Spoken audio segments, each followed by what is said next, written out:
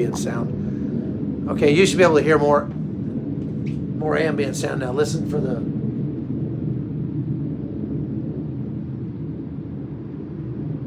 So can you hear those jets? Somebody tell me if you can hear the jets or not.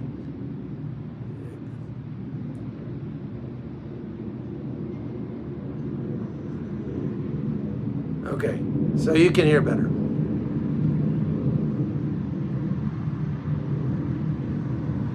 Oh, you say you haven't been able to hear. I'm very sorry about that.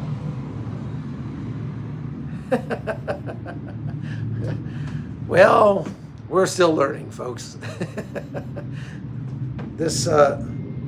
All this technology, sometimes it goes well and sometimes it doesn't. What I've been saying, you can probably now hear the jets flying overhead, is that there are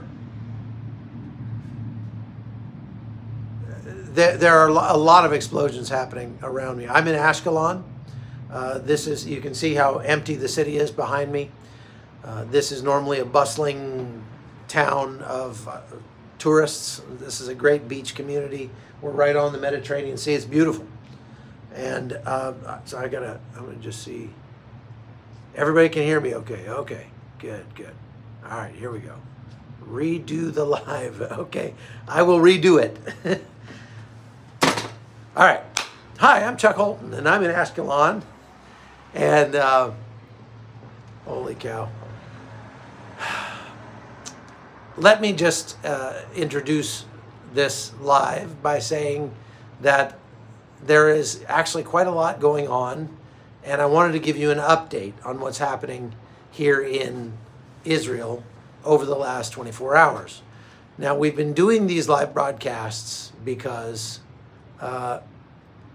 they're popular, because people like them, because I get tired of, I am as tired probably of making the old-fashioned news as you are of listening to the old-fashioned news. What I mean by that is, traditionally I make 4-minute news packages, so I go out and perform a couple of interviews and then do a stand-up or something, and then edit that together with a script and show it to you. The problem is, if I do a 10-minute interview with somebody, I can show you about 30 seconds of what that person said.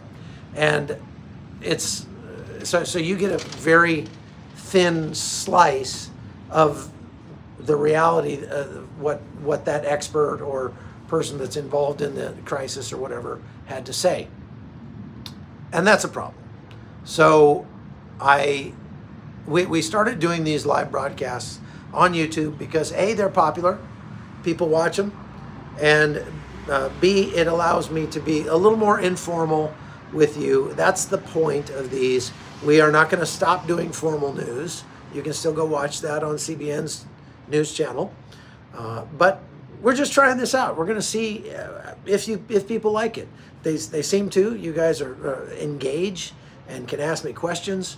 I don't watch all of the comments until I start taking questions, because otherwise it's just too distracting.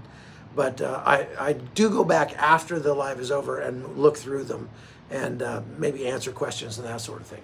But if you like this format, please like and share it with your friends, and let us know. Let us know you like this format and you'd like to see more of it. We can certainly do more of it. So, as I said, I'm in Ashkelon in the southern part of Israel, about 10 kilometers from the northern border of Gaza. From here, I can see the explosions taking place in Gaza. At least I could today when I was taking a walk down by the beach. I can certainly hear them. Explosions like this, they travel a long way. And so I can certainly hear the explosions. I wanted to give you an update on just kind of where we are with this conflict. The conflict started October 7th, you know that. It has been going every day since. Here in Ashkelon, they get dozens of rockets every day because they're one of the closest communities in Israel from Gaza. So the lady, when I checked in the hotel here, said, look, before I even show you your room, I'm going to show you the bomb cellar where we go to hide when the rockets come in, because that's our favorite place right now, she said. And she said, if you hear the sirens go off, you have 13 seconds to get to the bomb shelter. And oh, by the way, you're on the 3rd floor. Congratulations. So I don't think I can get to the bomb shelter in 13 seconds. And so I'm just keeping my flak vest and helmet right here next to me. And if I need to, while I'm making this, if the alarm goes off, you'll see me run away, and I'll just leave the camera rolling, and you can listen and watch whatever happens out here. We've been getting about a half a dozen alerts every day. Today there was a large barrage of dozens of rockets that came in just to the east of us, but just far enough away where we didn't have to run for it. So Hamas is still firing rockets like there's no tomorrow. And there very well may be no tomorrow for Hamas if this operation kicks off tonight. So what is Israel doing? They are preparing and practicing and training and still maneuvering forces into place. We've seen a lot of that over the last 24 hours as we've gone through this. There's been a lot of activity, let's put it that way. Can't tell you a lot more than that, but that's nothing that isn't already out there, the fact that there's lots of activity. And suffice it to say that they will start the operation when it's time to start the operation. And the longer that they wait, the more desperate the people in Gaza will get, the fighters that are still in there. The more tired, because those guys have to be on alert, on guard 24/7, because they know the attack is coming and they just don't know when. So right now, Israel has the advantage here because they will attack at the time of their choosing. In the meantime, Hamas has to be on their guard 24/7, and that tires them out. They're also running out of fuel, food, water, you name it. And in the meantime, Israel is able to continue to plan, mission plan, find targets. Look, Israel has forces inside Gaza right now. I'm told there are actually even tanks in Gaza at the moment. So they've already crossed the line, but it's not a full-fledged assault yet.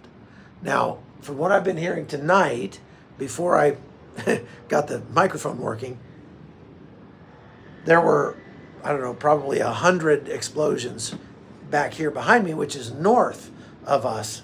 And that would put me between whoever's firing whatever they're firing over there and Gaza.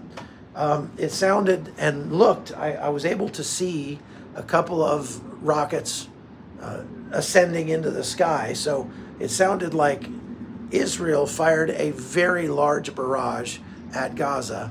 And even now, I can still hear, can you hear that?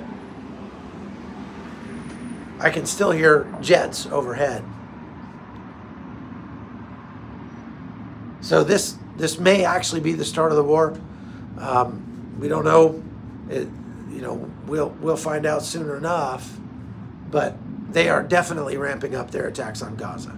It was near constant today, just boom, boom, boom, boom, boom, boom, boom down there.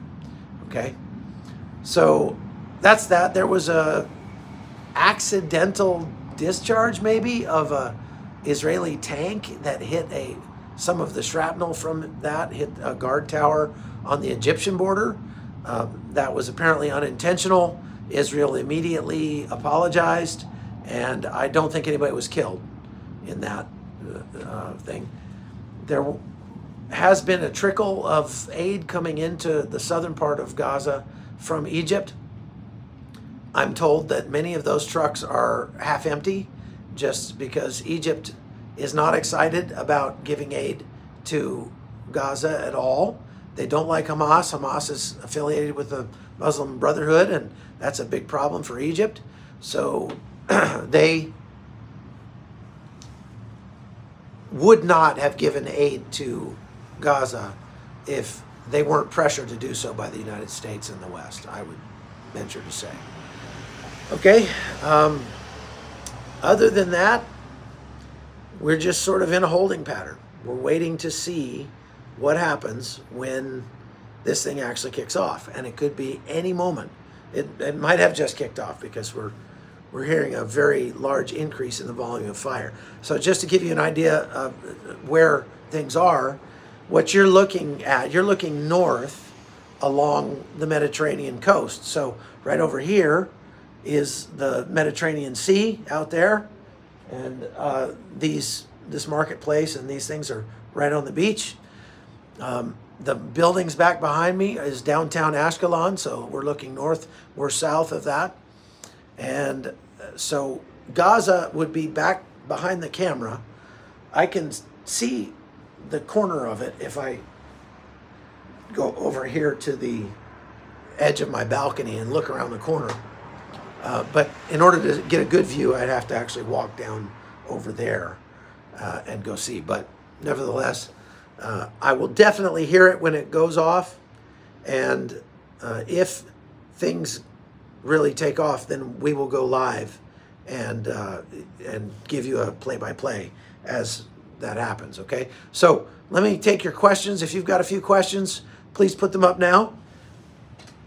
I'm going to get my cheaters here. Yeah, it is beautiful, isn't it? It's very unfortunate that it has to be so empty. Thank you for praying. Questions. How do you think the IDF can rescue the hostages, considering how difficult it will be to navigate within the tunnels where they're probably being kept? That is the million-dollar question.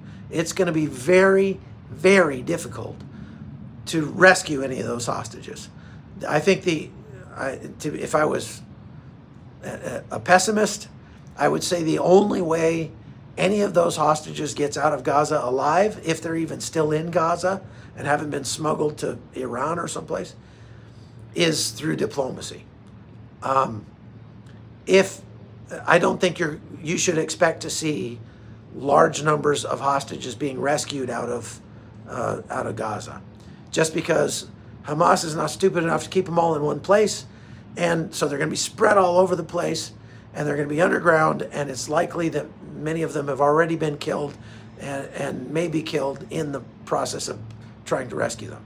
So I hate to say that. Please pray for the people that are being held hostage, especially those sweet children, and pray that that God does a miracle. He can do it. And so let's just believe that, okay? Do you know if there are rumors that U.S. special operators are already in Gaza and Israel? Yes, there are rumors. I believe those rumors. The United States has special operations units that specialize in hostage rescue. And part of that job is to do reconnaissance. And so I would virtually guarantee you that we've got Delta Force guys and maybe even SEALs in Gaza already. And I can hear a helicopter overhead. That may very well be a group of, Black Ops type special operators heading into Gaza for some sort of raid or rescue or something like that. Yes, I would say we definitely will see American special operations forces inside Gaza during this fight. Other than that, we're not going to probably see American troops on the ground, like Marines going in or anything like that. I could be wrong, but I just don't think that's likely. And the Israelis don't need or want our help with that part of it, the infantry part. But we are definitely going to be helping with intelligence, signals, and special operations stuff, okay? And if that happens, you likely won't hear about it being American troops. It'll probably be credited to Israeli forces for rescuing the hostages. That's just how they roll. That's how they work. Okay? Let's see here.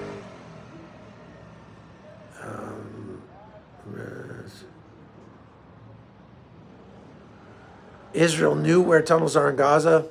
Well, they knew where some of the tunnels were in Gaza. When do I think they will start the ground attack? I'll just say what I've been saying all along. They wouldn't tell me, and if they did tell me, I couldn't tell you. The precise moment of the ground attack will be a closely guarded secret, But you could say that they're already sort of slow rolling the attack by putting a couple of tanks in, a couple of units in there to do what they call shaping operations, okay?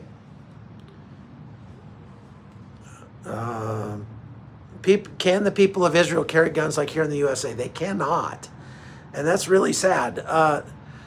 The laws up until October 7th were very, very strict against the everyday Israelis owning or carrying a gun. Now, they all learn how to use the gun in their military service, but if they are allowed to have a weapon, it has to stay in the armory for on the military base, and the only way they can get it is to go check it out. So they can't carry a gun for personal protection, and the Israelis' reasoning behind that is that guns would be the number one thing that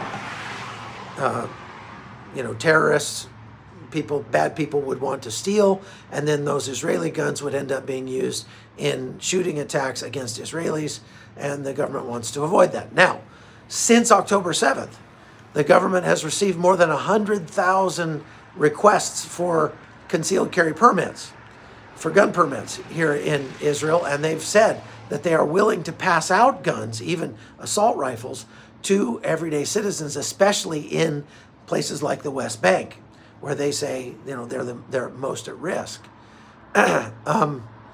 There's going to be a very difficult and long discussion in Israel about gun ownership after this is all over. But suffice it to say that right now, pretty much everybody you see has a gun on them, whether they're legally allowed to or not. Everybody's got a gun at this point. And everywhere you could, but there's not a lot of people out either, okay? So that's because they're preparing for war. If more people had a gun, then they probably would not have had so many people killed on October 7th.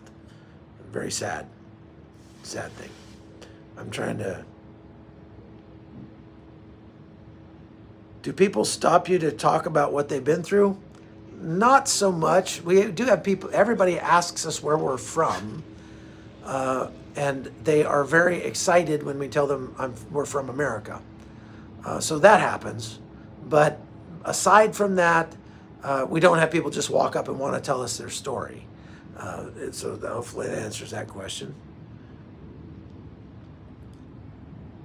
Is One for Israel Ministries there helping families? I don't know anything about One for Israel Ministries. I'm sorry, I can't help you. People should be able to protect themselves. I wouldn't disagree with that. I believe Iron Sting is a mortar that is actually carried on.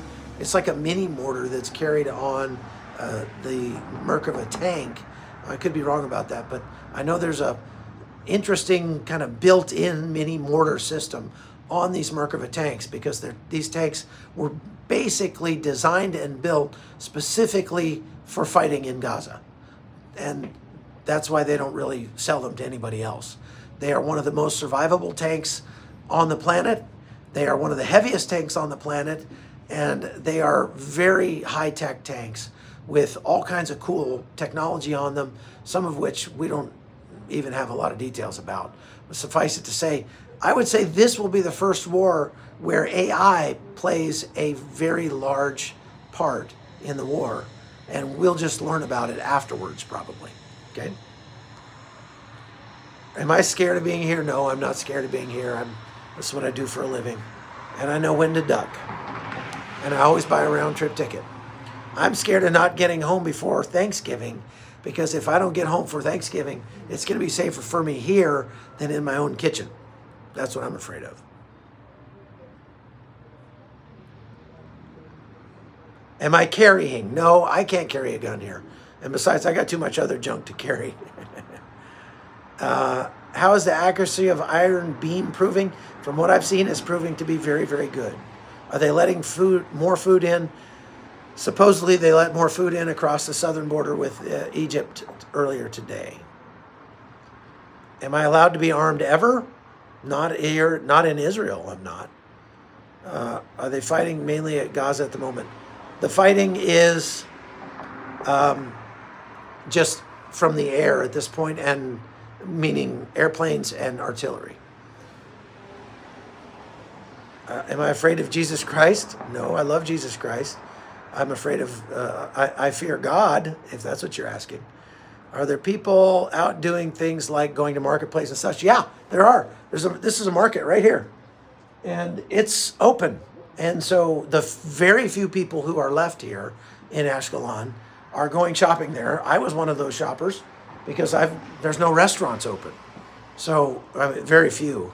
For some reason, there's pizza places open, but that's it. And I don't know why pizza places owners are, braver than all the other restaurant owners, but all the pizza places seem to be open. Why do the neighbors not want the guys from Hamas? Because they are terrorists, and they're terrorists even against fellow Muslims. Yeah, Israel is making new laws about gun ownership. You like the live stream, good.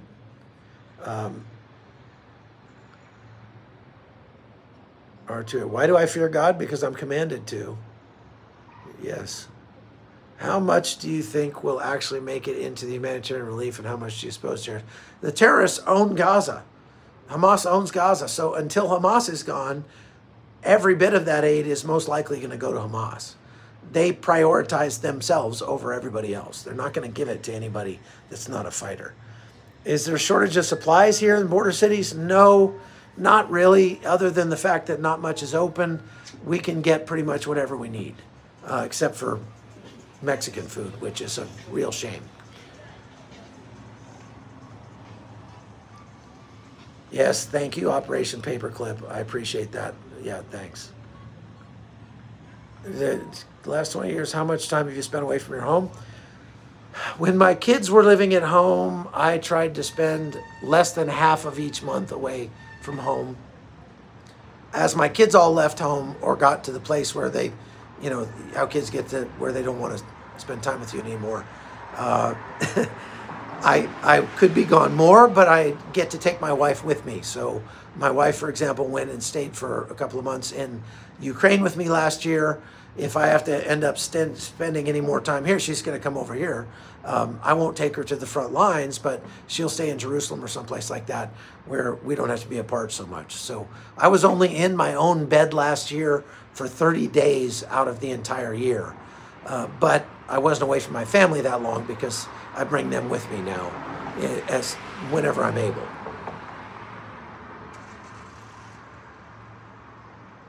Meds, water, fuel. So far here, everything. I'm in southern Israel. Israel has no problem with supplies. Does the IDF see an expansion to the front line with Hezbollah? I think that they are definitely planning for it. When I was up on the front line in the north a couple days ago, there are a tremendous number of troops, IDF troops, arrayed all along the border with tanks and armor and everything you need. And they are already trading shots with Hezbollah on an hourly basis, probably back and forth. Hezbollah is making incursion attempts. Hezbollah is firing rockets at guard posts. They are firing rockets into Israel, and Israel responds in kind and takes them out every time. I am not concerned that, when this war kicks off in the South, I think if I had to make a prediction, which I've been wrong before, but if I had to make a prediction, I would say Hezbollah will fire lots and lots of rockets, and that'll be about it. They'll have maybe a couple of incursion attempts, but I don't think there's going to be 50,000 Hezbollah fighters pouring across the border or anything like that. I just don't think Hezbollah cares that much about Hamas. I think to Hezbollah, Iran, and everybody else, Hamas is sort of expendable. And that's just my opinion. Is it safe for me to stay where I am? It's safe enough. I know when it gets too dangerous and it's time for me to leave. Does IDF really think they can eliminate Hamas now that so much time has gone by? Well, it might seem like a lot of time. 2 weeks is a lot of time, but to plan an operation with 500,000 troops, it could take a year. It takes a long time. And I liken it to sharpening your axe. The more time you spend sharpening your axe, the less time you have to spend chopping down the tree. And so Israel has been sharpening its axe, getting it right to a razor's edge before they go in. And so I don't think we need to worry about that. Thank you, Karen. That's very nice of you. Do I think Iran is going to get involved? I mean, Iran is involved indirectly with financing because they finance Hamas, Hezbollah, and everybody else that hates Israel. I don't think Iran will get involved militarily because there's no scenario where Iran doesn't lose if they do. And lose politically, lose economically, and even lose militarily. I mean, remember, Israel has like 80 nuclear weapons, and they would use them if it came to it. The only thing that scares me about Israel is that if they get a nuclear weapon, and they are very, very close and getting closer all the time, they have already declared that they will use it against Israel. I think that would be a really bad day for everybody. Thank you so much for your kind words. What can you say about the general mood of the majority of Israelis? Resolute, united, and does devoted and secular Jews. Okay, so I mean, what we've seen is that the Jews here in Israel are pulling together like never before, and a crisis like this papers over divisions, for at least for a time. The crisis here, they've even seen hardcore extremist, what do they call those? Orthodox Jews, like the really hardcore ones that are pacifists. They won't join the military. They won't help fight or anything like that. They're actually joining the military now. So that's good. The Israeli government put out a call for a certain number of troops, hundreds of thousands, and they got 160% of what they asked for. So they don't even have, like, you know, enough equipment and uniforms and everything for the people who are showing up at the door wanting to go fight. So they are pulling together. The Muslim and Arab people in Israel are just, for the most part, keeping their mouths shut at this point. There have been a couple of protests in the West Bank and that sort of thing. This morning, I drove into the Arab section of Jerusalem, in East Jerusalem. And you can tell, if you've been here, you know what I'm talking about. The second you cross into the Arab part of East Jerusalem, you know, because everything changes. The signs are in Arabic. It's dirtier. It's like the difference between San Diego and Tijuana, Mexico. It's a big difference.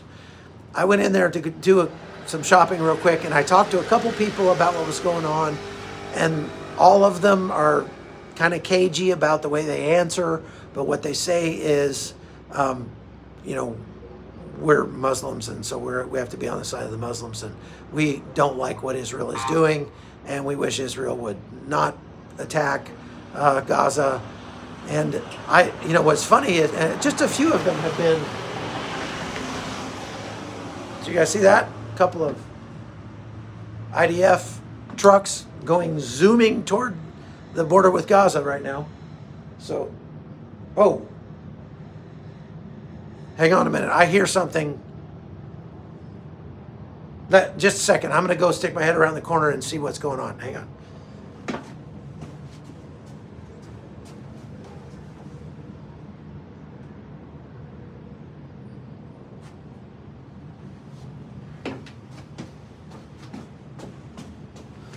Okay, what I'm hearing is multiple helicopters, and they do not sound like attack helicopters. There have been lots of attack helicopters circling overhead for the last 2 weeks down here, but what I'm hearing now sounds more like lift helicopters, which would mean troops, most likely, or maybe equipment.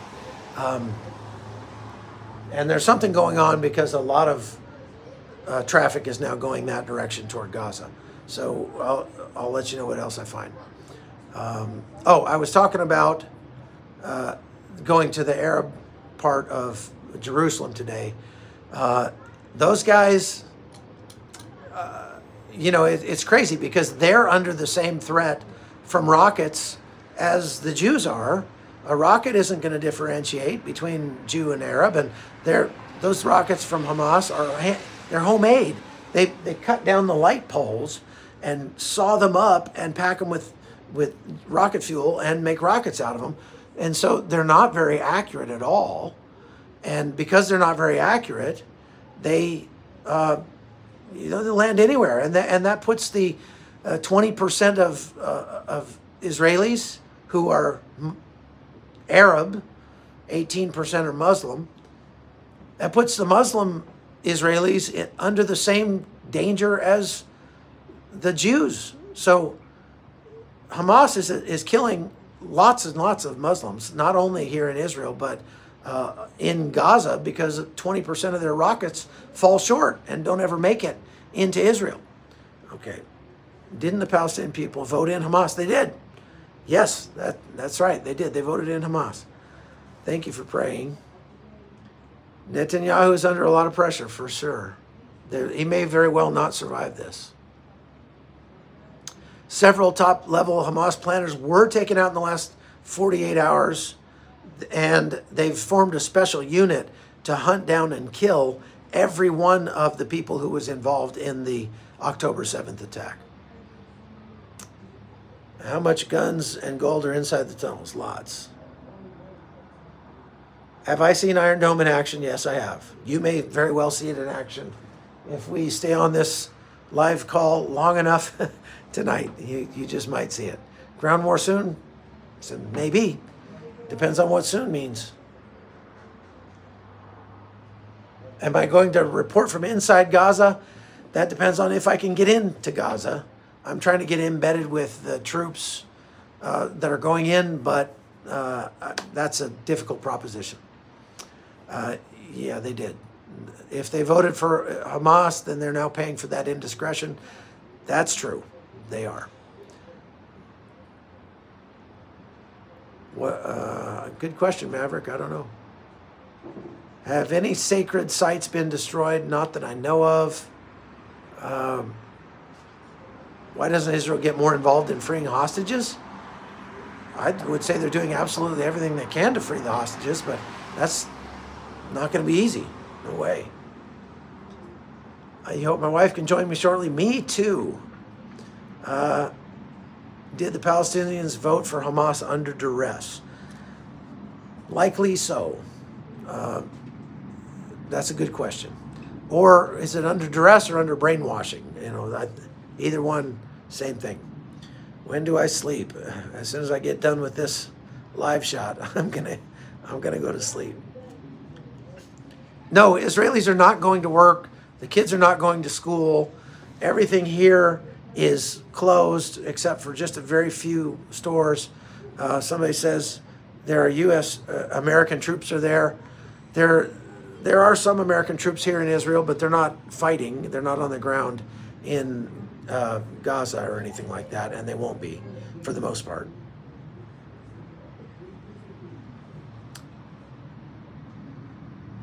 Well, Becky, that's why you say it's very difficult to know the truth and sort through the lies, and that's why I'm doing this live shot, so you can ask me questions, and I'll do my best to tell you the truth.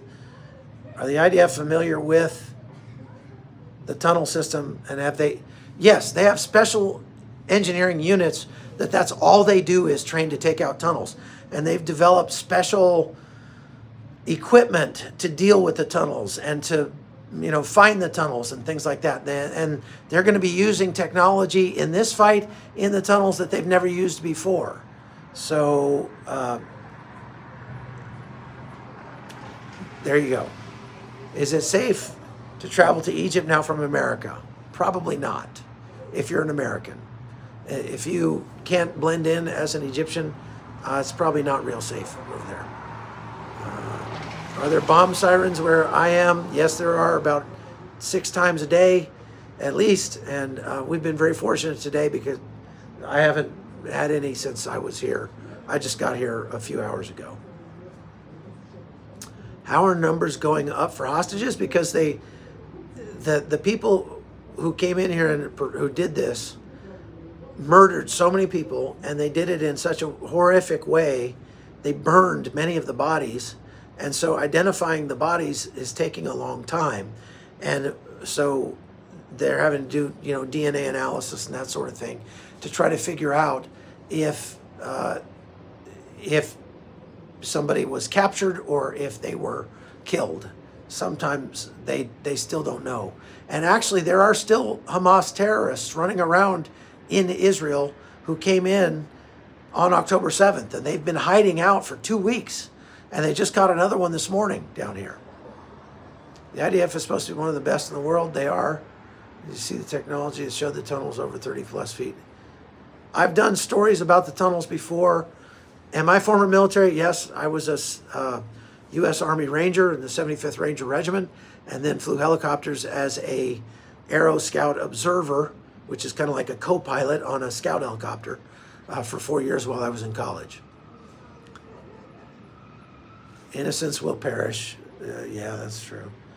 Do the Israelis want U.S. presence? They do not expect the United States to join the fight other than providing material, ammunition, and intelligence to the Israelis and letting the Israelis run with it. They don't need our troops on the ground, although there will be some special forces type guys that probably come in here. And I've seen some in Israel. There are some here. Do I get to sleep despite the sirens and bombs? I actually have been sleeping pretty well. Thank you. I appreciate you asking.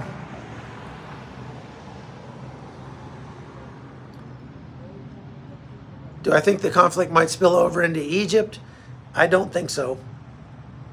How is the winter season in Israel? It does get cold here. I've been here before when it was snowing, but right now it's like 85 degrees in the south of Israel here on the beach. It's hot. Thank you for thanking me for my service.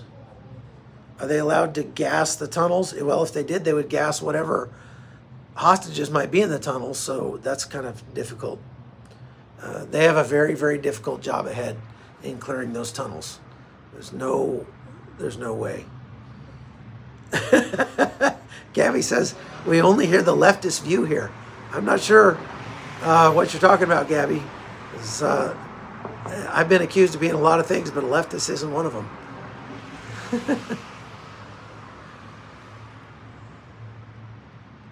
All right, well, here's a question. Are there earthquakes in this area? There are earthquakes, but not on a regular basis, I wouldn't say. I heard they're eating steak and lobster out on the ship. I heard that as well, that they were eating steak and lobster, which usually means that they're about to go in. But it could just mean that the steak and lobster was getting old and they had to use it. That's not exactly a precise measurement of whether or not the war is about to start. Yeah, I don't like to talk politics. I log 74. I live outside the United States, right? So the nice thing about living outside the United States is I get to see politics from the outside in and not the inside out in the United States, and I enjoy that. Are there any news on the ground? Any news on the ground offensive? No news other than the explosions I've been hearing and the jets that are overhead as we speak. Esther, if you want to know how to pray, I would pray that God would thwart the plans of evil men. Just pray that God would thwart the plans of evil men, and I think that pretty much covers it.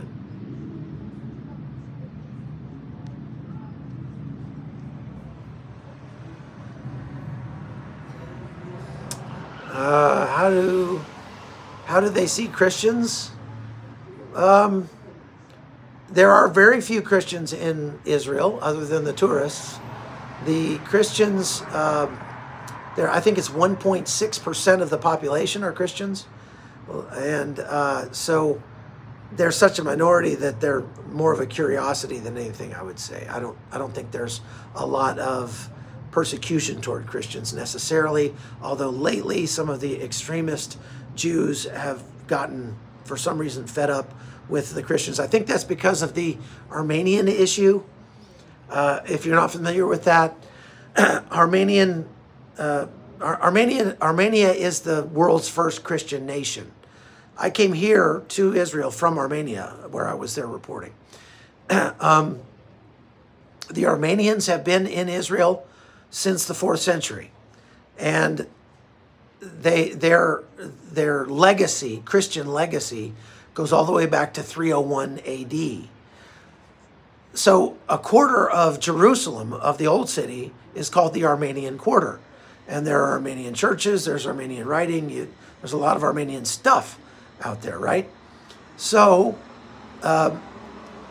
since they have that quarter of the old city of Jerusalem, apparently there was an issue that came up where a priest or bishop or somebody sold some land in the Armenian Quarter to a Jewish businessman who was planning to develop it into a resort.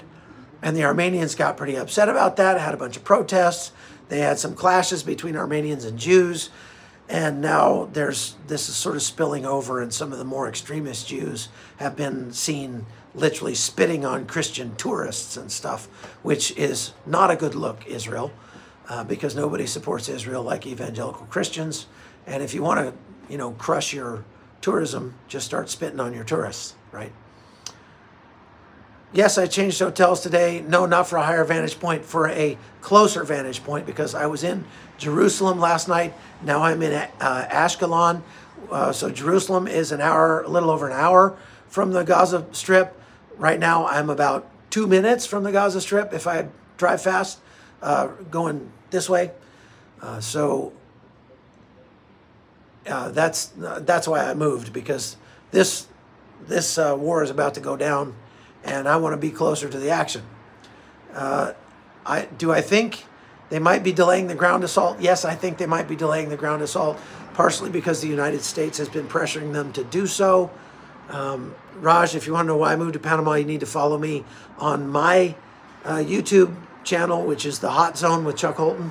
I'm not going to talk about why I moved to Panama on CBN's time, but I'm happy to talk to you about it on my channel. So you can go to The Hot Zone. It's pinned in the top comment on this. The link to it. You can follow me for more of my travels and reporting around the world.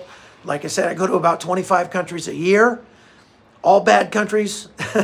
I don't get to go to the nice place. They need to have a war in Aruba sometime or something. But that's my shtick.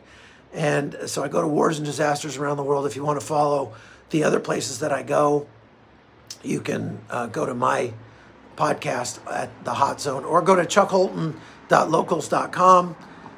You can follow all my reporting there, my writing. I've got 10 books in print. You can Google that on Amazon and find my books.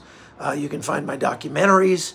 My most recent documentary is about the Armenians, and it is called Armenia, A Love Story. It's won 11 awards so far, and it's my best. I've done 65 documentaries, and I think that documentary is the best one I've ever done. Thank you, Seven Spectal, for subscribing to the channel. Thank you. Any other questions? Has there ever been a place that gave me PTSD? Yes, and I tell you what, I'll do a video about that on my channel, because again, I want to talk about Jerusalem. Yes, I love my job as a journalist. This is what God made me to do. He prepared me, gave me all kinds of training to do this. Government needs to stay out of Israel's way. That'd be nice. Do I have a cameraman with me? No, my specialty is traveling and reporting alone, so I do virtually everything myself. I've got a whole setup here just to show you behind the scenes a little bit. I've got a camera there that I use for live broadcasting, and there's a light, and right below us is my laptop. It's all set up, I'm broadcasting on this camera here. So I'm a backpack journalist. I do it all myself, and once in a while I'll be fortunate enough to have a cameraman with me, or have one of my family members. My daughter and my middle son are both great camera people, because they've been following me around for a long time. So they come with me sometimes and help me out, but most of the time I just do it by myself. All right, well, we're at almost an hour. thank you so much for staying on and listening, and for all your engagement, your questions. This is the new kind of news right here, folks, where you can not only listen to what is going on, but ask questions, give your opinions, and most of all, I hope you will pray for the people who are hurting here in Israel and in Gaza. And I pray that you will, let's just pray right now. Lord Jesus, I thank you so much for this medium that you've given us, this technology, that we can reach out to the whole world and tell the story of the people who are hurting. And just, Lord, we pray for those people right now. We ask that you would send your angels to camp around those who fear you and rescue them from evil men. We pray that you would thwart the plans of evil men, and that you would guide and give wisdom to righteous men, so that they can overcome the evil. Then the evil will just go away. Father, we pray for peace in our lifetimes here in Israel, for these people and for all the people in the Middle East, Lord. That's a big